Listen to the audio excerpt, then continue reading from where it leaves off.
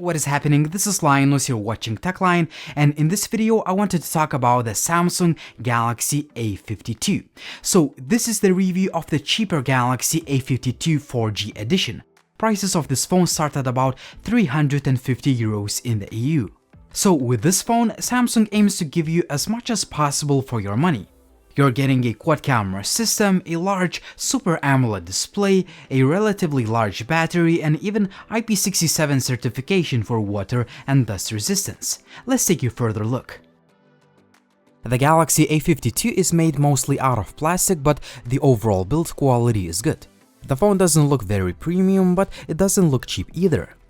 I love this light blue color finish that looks fresh and expressive. There are also other color options available, including violet, white, and black. I also like this matte finish of the backplate, which camouflages fingerprints and smudges well. If I was a designer at Samsung, I would also use a matte coating on the frame, but the phone looks nice nonetheless, and some people might even prefer the glossy finish. Just for your reference, here is how the A52 looks like next to the Mi 11 Lite. Xiaomi's phone feels a bit more premium thanks to its glass back. It's thinner and lighter, but its backplate is a smudge fest. Poco X3 Pro is bigger and heavier due to a larger screen and bigger battery. Lastly, A52 versus Realme 8 Pro. Realme's offering also comes in this nice color finish, and it's also made mostly out of plastic, but just as the A52, the build quality is good. If you're interested in dedicated reviews of any of these phones, you'll find all the links down below. One of the standout features, the phone is IP67 certified for water and dust resistance, and it was well tested, especially while filming this video.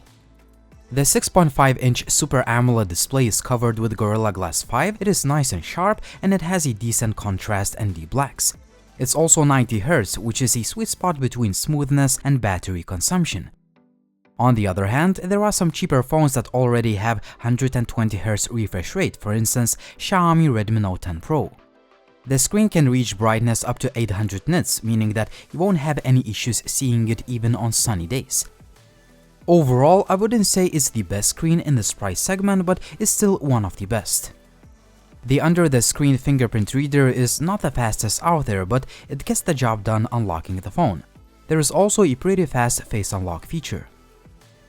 On the top, we have a cutout for a beefy 32MP selfie shooter.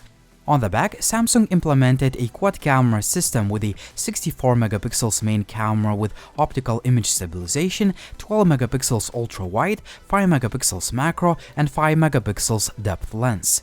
I'll talk about image quality in just a bit. Samsung didn't forget headphone jack fans this time, and you also get an option to expand storage on the chip thanks to a hybrid dual SIM and a micro SD card slot. On the other hand, I would prefer seeing a dedicated SD card slot so I can use my two SIMs at the same time.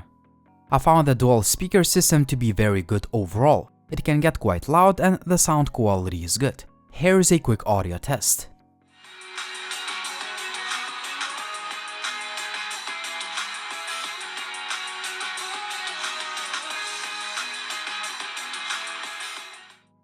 The 4G version of the Galaxy A52 is powered by Snapdragon 720G CPU. Storage and RAM options depend on the market. For instance, I have a fully spec'd out 8GB of RAM and 256GB storage model. The gaming performance is very similar to other mid-range devices. For instance, games like Asphalt Extreme or Call of Duty run without any issues.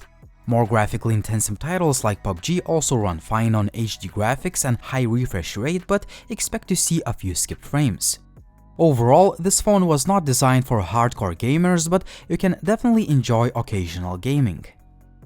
When it comes to software, we have Android 11 with Samsung's One UI 3.1 skin built on top of it. If you are familiar with Samsung's user interface, you'll feel right at home. There are quite a few settings and tweaks to play with, and you're able to customize the phone in a variety of ways. I did see a bit of stutter in the UI, but the overall performance has been good. The device feels fast and smooth most of the time, even if you run quite a few apps in the background. Daylight image quality is very good as images have a good amount of detail and sharpness, and the color reproduction is accurate. In general, these are one of the best looking shots in the mid-range category, but there are a few caveats. For instance, corner sharpness in the wide-angle shots could be better, but that is the case with pretty much all of the phone's cameras. I would also say that color consistency in photos across the ultra-wide and main cameras needs some work. A 64 megapixels mode gives you a lot of resolution to play with, especially if you plan on cropping the image, but I would stick to a standard auto mode for general use. 2x zoom images look just average, as this is digital zoom after all. The macro camera does not have autofocus, meaning that some of the shots will look nice while others will be out of focus if you have shaky hands. Use a tripod for the best results. Portrait mode usually takes nice looking photos with good edge detection and object separation. Skin tone reproduction is also pretty accurate, which is not always the case in the mid-range segment. Low light camera performance is pretty good, even though some of the shots could have more detail and sharpness. Still, these are pretty nice looking night photos. If you can find a bit of street lighting, you can take nice looking low light selfies in both auto and portrait modes. When it comes to video, you have a lot of versatility. You can record 4K 30fps video using the main and the wide-angle camera, and even switch to 2x digital zoom while you are recording the video. That means that you don't need to select the particular lens before you hit the record button. The quality of footage is good, yet not perfect. Handheld video shot with a wide-angle lens is very shaky. The main camera produces much smoother video, yet it's not the most stable I've seen, even in the mid-range segment. Optical image stabilization does a good job reducing the shakiness, but some phones, for example Xiaomi Mi 11 Lite, produces much smoother video with just electronic image stabilization. See my Xiaomi Mi 11 Lite review for more details. Obviously, the stabilization improves when you switch to 1080p mode, but that is at the expense of detail and sharpness of 4K. For the best results, just use a tripod and a fluid head. With this setup, 4K 30fps video looks nice and detailed.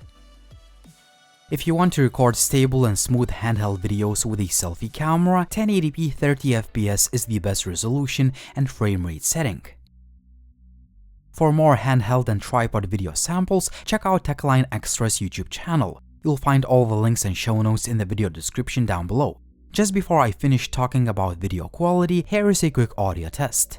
This is 4K 30fps video test using the front-facing camera of Samsung Galaxy A52. 4K 30fps video, lighting conditions are good, and I'm using a tripod. The battery life on this phone has been solid thanks to a 4500 mAh unit. Screen on time is a very subjective method of testing, but you should expect to get somewhere between 8 to 10 hours of screen on time. When I ran a YouTube video playback test at about 50% of screen brightness, which was more than enough for indoor use, I could get over 12 hours of SOT.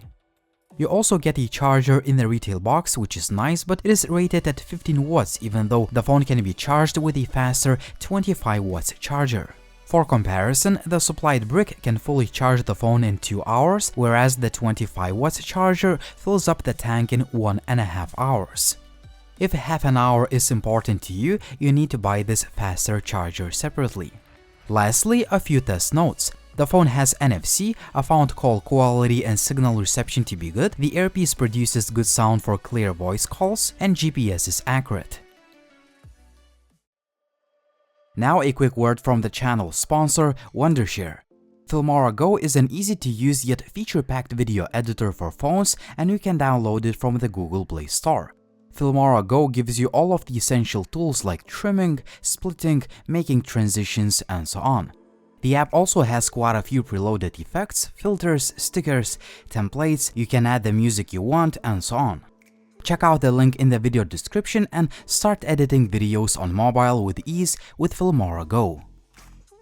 So we've come to the conclusions part, and let me summarize pros and cons of the Samsung Galaxy A52 for you so you can decide if this phone is right for you or you should buy another device. First of all, the pros. Both pro and con, the phone looks nice, it is well built, but it uses mostly plastic in the construction. Well, that might be good or bad depending on your personal preference, but if you want a glass back, there are other options to consider, for example, Xiaomi Redmi Note 10 Pro or Xiaomi Mi 11 Lite that I just reviewed. One major feature of the Samsung Galaxy A52, IP67 certification for water and dust resistance. Most mid-range phones lack this feature, meaning that if you constantly drop your phone into water or you simply love washing it to remove all the dirt from it, the Galaxy A52 is a good option for you. Another pro, the Super AMOLED display is nice and sharp and it can be easily viewed outdoors.